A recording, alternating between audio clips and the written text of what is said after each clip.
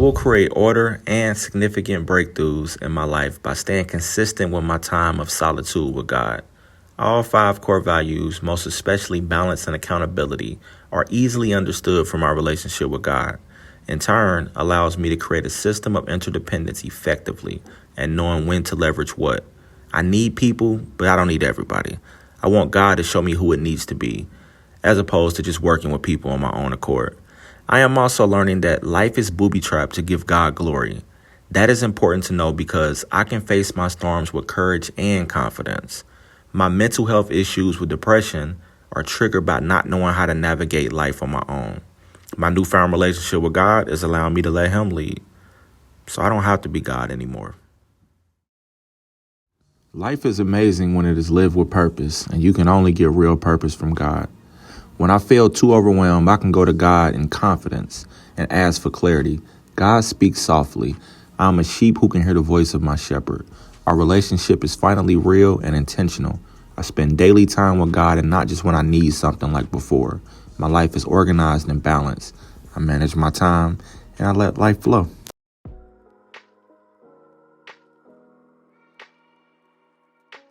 My life lacked God, accountability, balance, interdependence, and a clear plan. This plan was necessary because now I don't have to wander randomly and waste my time trying to support my purpose when I can just simply become my purpose.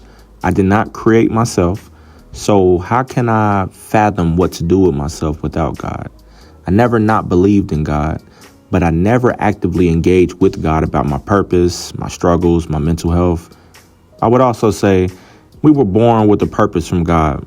You have to consult God, but that's not enough. You have to build relations as well. The answers was always in front of me, but until I spent time with Him, I couldn't understand that.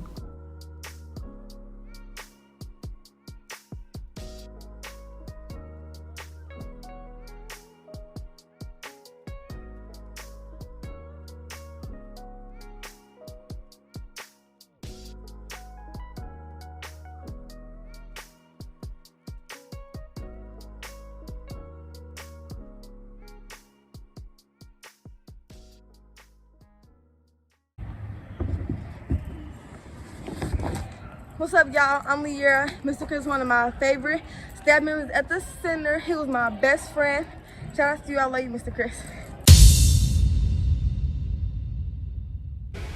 You know, people will be satisfied with what I've done up until this point, right? People will be satisfied. I'm not, because I know not where I can go, I know where I'm going. Mm-hmm. Like, I know the impact I'm going to have on the world. And it's like, you didn't deserve to be there anyway, because you would have stopped it. You know what I'm saying? You would have made it about you somehow and would have messed it up for whoever it's gonna affect. You know what I'm saying?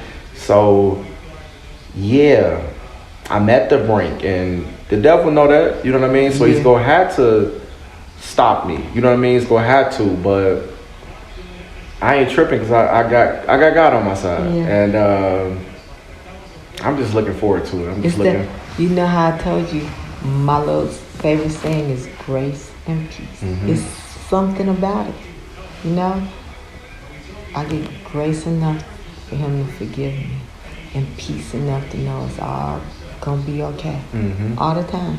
How we talking like this is how I do in the mornings now.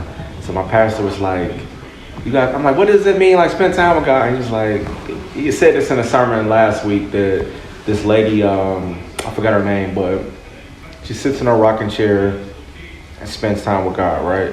So this interviewer asked her, like, do you pray?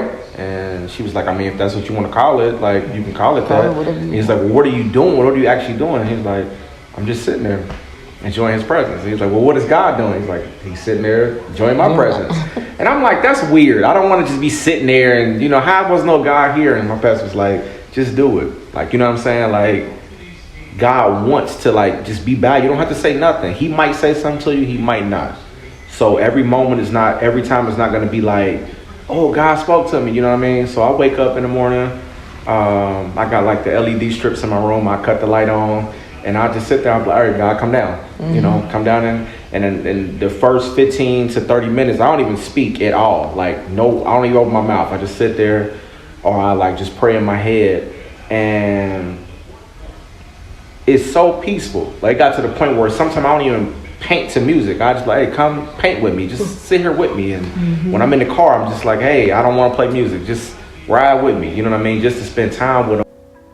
Okay, so this is item number 5 on my personal breakthrough plan, and I'm supposed to outline action steps and identify specific dates that they will be completed. The first one is to continue to hold my time with God in high regard. Intentionally get up at 6 a.m. to do silence and solitude with God. Attend the daily devotional show with Reconcile Community Church, and understanding when to rest to avoid being overworked. I've been doing this since the second week of February 2022. The second is to continue to meet with my accountability partner, Lawrence Kane Jr., weekly on Fridays to create goals and steps on reaching them. We've been staying consistent with this since leaving NC2 November 2021. Lastly, I understand I don't have to live alone in my purpose. I now practice interdependence to help myself personally. Since returning from NC2 in November of 2021, the people who are a part of my breakthrough plan have created a sense of accountability in a consistent fashion. Everything I learned on this new journey with God and DVULI, I share with them. They know each step of my plan so they can see change firsthand. I purposely do that for empowerment. In turn, they do the same for me. It feels even better to see a spark in them, and I offer my skills and knowledge willingly. Next up is item number 7, which is my contingency plan for my personal breakthrough plan. I have 3 steps. The first is, I'm an artist, so I work better at night because it's less noisy. However, there will eventually come a time when I have to return to my nighttime hours of painting.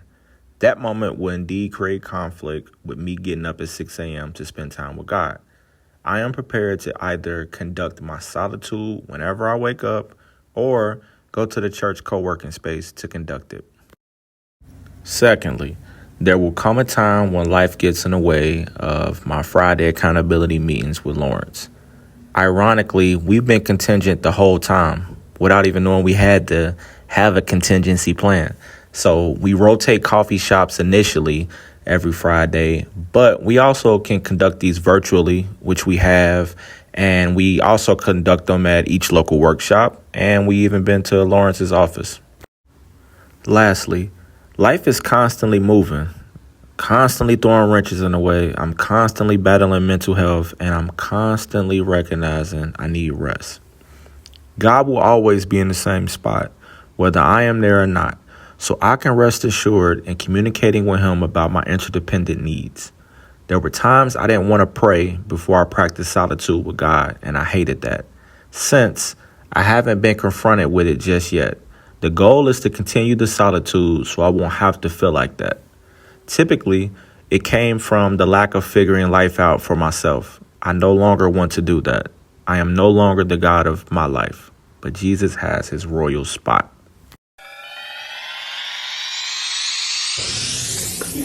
What's going on, y'all?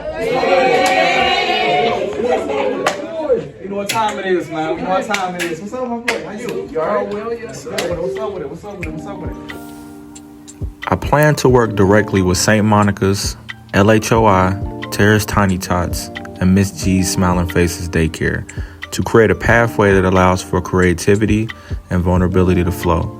In order to do so, I will be transforming my ministry into a curriculum of social, emotional learning through art therapy and trauma healing.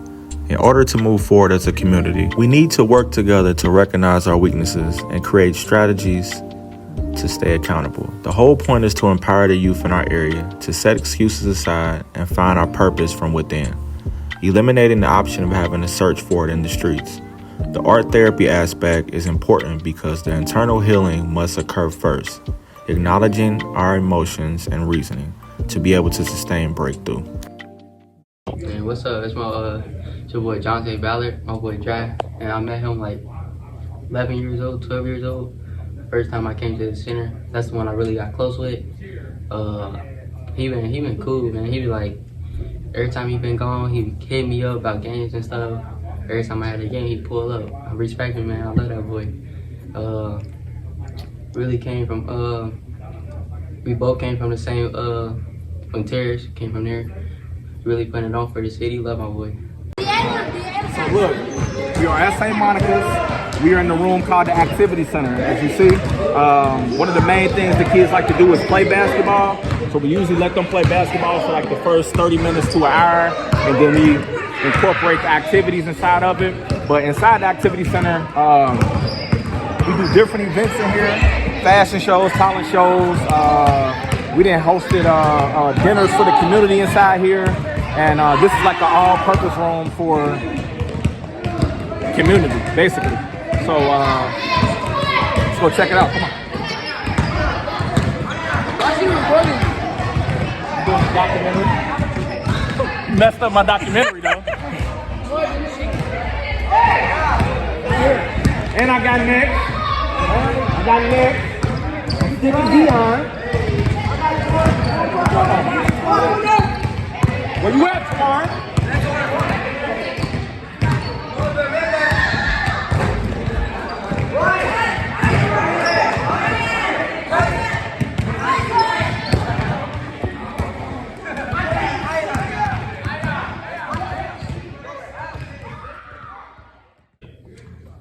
I inspired him to do his talent show on the last day. He a good man. He a good mentor. He cool people. God is great. I am in a better position to ignite my ministry focus statement. In order for me to find breakthroughs in my ministry, I will implement accountability, interdependence, and empowerment to create art therapy courses for the youth that will promote discipline, positive reputation, and creativity for an overall goal of creating a sustainable community of vulnerability and righteousness. I will strategically use art and fashion to carry out my gifts of influence. I plan to present my walk with God, my battle with mental health, and support the hood in a way that promotes growth. This is part 1, my scenario for my ministry breakthrough plan. Art therapy started off as a way to better market myself and my artistry. I realized actually it's a way for me to implement significant support for my students. The program is currently inside St. Monica's, the after-school program through LHOI, Terrace Tiny Tots, Children's Hospital, and Miss G's Smiling Faces Daycare. The students are finally feeling heard and are believing in themselves. Art creates a soothing approach, similar to an icebreaker. The students are very vocal and in tune with their emotions. Problems are still there, bad days are still happening. However, we are all more inclined to overcoming the storm. Love is being spreaded inside the community, and that's what's most important. I look forward to continuing the program. But all good things have to end. Being said, our time is very intentional together, and even when the time comes to part ways, my students can and will flourish inside their purpose. I met Drye at Princeton about my 7th, 8th grade year. I seen my boy, he was flying out at the area, bail fly with the kids or whatever. I met him like, what's up, man? I'm trying to get fly, like Freestyle Fridays. He used to do a thing on Fridays. My boy used to come suited up, fly, you know. And I hit him up like, yeah, I'm trying to get down with that, like. And he pulled up on me. We went to the mall, got some clothes or whatever, you know. Got fresh on a Friday. Took me to the high school, took some pics. And after that, he became my mentor. Like, bruh, he kept me on my grades. He always came to the house, checked up on me, took me to college tours. He took me a lot of places, man. Taught me about business, how to, you feel me, get dressed casually. Drye, yeah, he did a lot, man. Also, Mr. Drye, he was a very, very supportive person. He made sure I stay on top of my grades, called me at least 4 times a week, making sure I'm on my stuff, how my day going, checking on my family. He introduced me to a lot. Like, I really wasn't thinking about college and stuff till he took me to Miami, Oxford, Central State, Detroit, Wayne State. Then I went on a college tour, seeing over like 10 schools. Mr. Drye, he definitely a supportive person. He opened my mind up to the other world. I went to college for 2 years, and he introduced that to me. I went to his school. Then I had a child. I'm about to get a trade now, but he definitely been there for me. He's still there with me, seeing how I'm doing, seeing what's next for me. Like, he been part of my life since I met him. Been a good guy, great dude. Like, he a great mentor. He helped a lot. He for the people. And he not just for, you feel me, publicity. Christian Drye, that's for you. Hey, this is Miss Brown from St. Monica's Rec Center. I just wanted to let you guys know that I've been knowing Mr. Chris for some time now.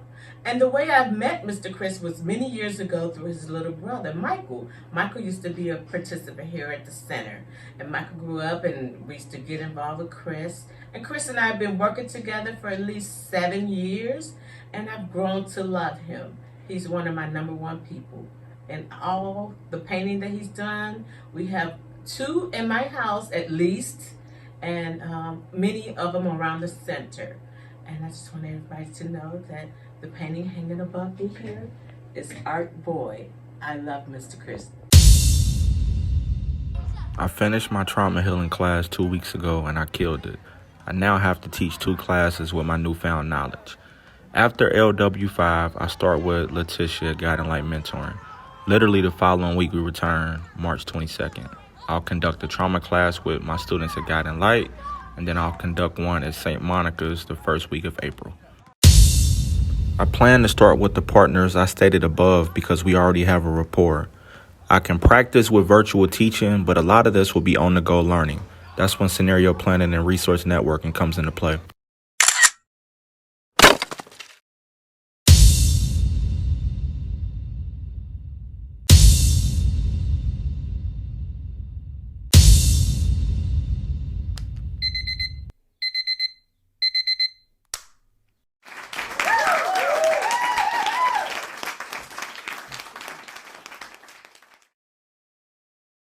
Hello, I'm Mike Pearl, Mr. Mike at St. Monica's Rec Center. Let me tell you, it's been a privilege to work with Chris, Mr. Drye, Mr. Chris as he's known here at the center.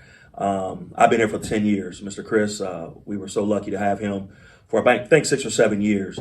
And over the course of that time, Mr. Chris has always been open to share his gift with our young people, with our staff, especially through art.